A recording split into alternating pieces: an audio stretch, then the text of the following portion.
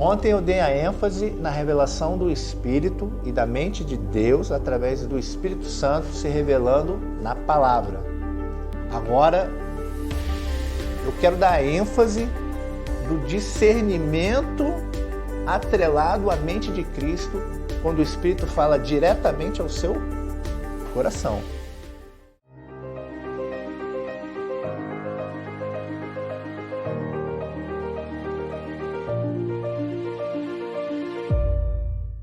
Ora, o homem natural não compreende as coisas do Espírito de Deus porque lhe parecem loucura, e não pode entendê-las porque elas se discernem espiritualmente.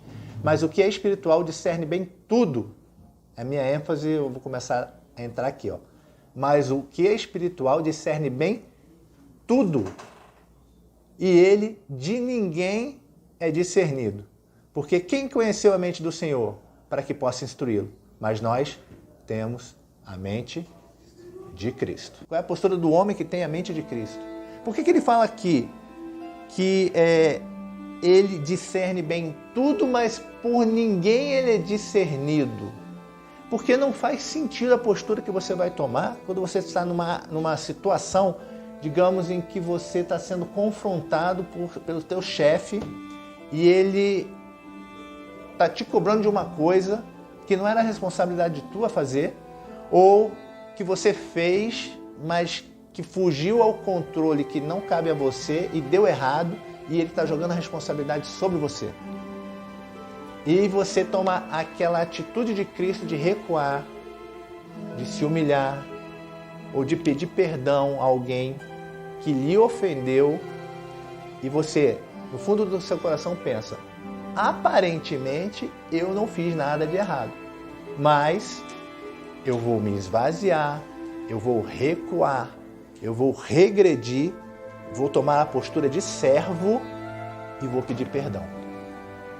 O mais difícil, irmão, não é pedir perdão. Já é difícil pedir perdão quando você erra, né?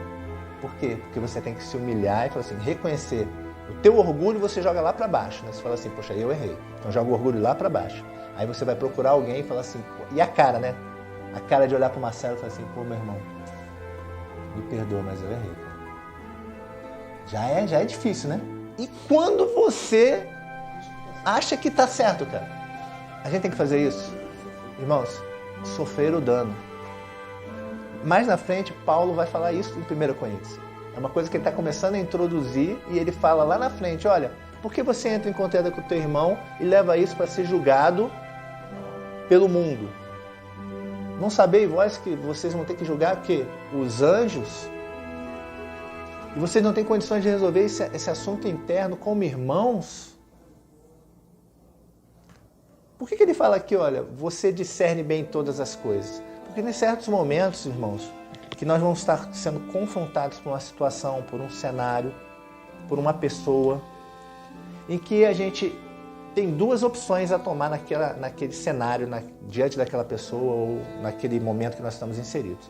Ou eu vou me arvorar de razão, ou eu vou me arvorar de orgulho, vou tomar uma posição, fincar o pé e falar assim, não, eu tô certo, ele tem que vir aqui pedir perdão para mim. Eu não vou pedir desculpa, ele que tem que pedir desculpa para mim, porque eu tô certo. Ou você se esvazia para gerar nele aquilo que Paulo fala aos romanos.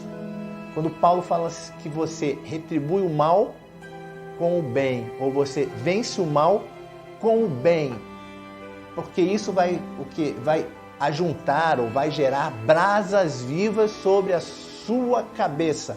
Veja bem, eu já vi várias interpretações erradas desse texto, onde a pessoa acha assim, oh, não, a brasa é a glória de Deus, o fogo do Espírito sobre mim. Não é, o foco é o outro.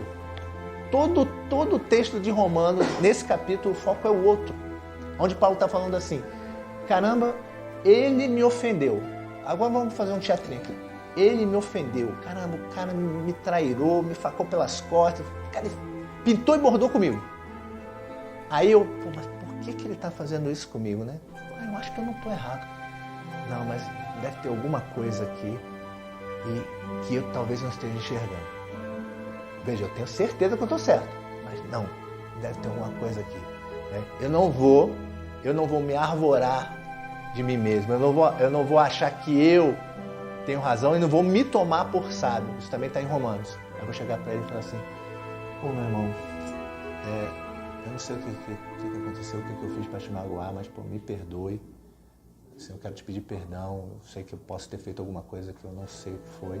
E se eu fiz alguma coisa, me diga para ele que eu não faça mais, para que eu não erre. Cara, imediatamente isso gera brasas vivas na cabeça de quem? Dele. Porque aí ele começa a não discernir. Ele, caramba, eu sei que eu fiz isso com ele. Mas ele veio aqui e pediu perdão, cara. Aí começa a entrar nesse contexto que Paulo está falando aqui. O homem espiritual, ele não é discernido. Porque o cara vai olhar e falar assim: por que ele está fazendo isso? Por que ele está me pedindo perdão? Aí aquilo começa a queimar na mente dele. É a brasa. Começa a queimar e ele, pô, mas por que ele está fazendo isso? Por que ele está fazendo isso? Até o ponto que ele vai querer descobrir porque você está fazendo aquilo. E aí você vai poder falar: por que você está fazendo? Por causa de Cristo. E aí abre-se uma porta para quê? Para a entrada de Cristo, do Evangelho. Onde você vai falar assim: olha, meu irmão, você acha que eu queria te pedir perdão? Eu, Ulisses, eu não, cara. Mas o Cristo que vive em mim me levou a pedir perdão. E mesmo eu me sentindo humilhado, eu fui me colocar diante de você para lavar os seus pés, irmão. Aí ele vai olhar para mim: caramba, porque isso é contra a natureza humana, irmão. A tua natureza, ela não quer isso. A tua natureza, ela quer se arvorar, ela quer um embate, ela quer te colocar num pedestal. E você está dizendo assim: não, eu vou descer desse pedestal. Por quê? Porque Cristo fez isso. Porque Cristo fez isso. Cristo, ele se diminuiu, Cristo, ele se esvaziou,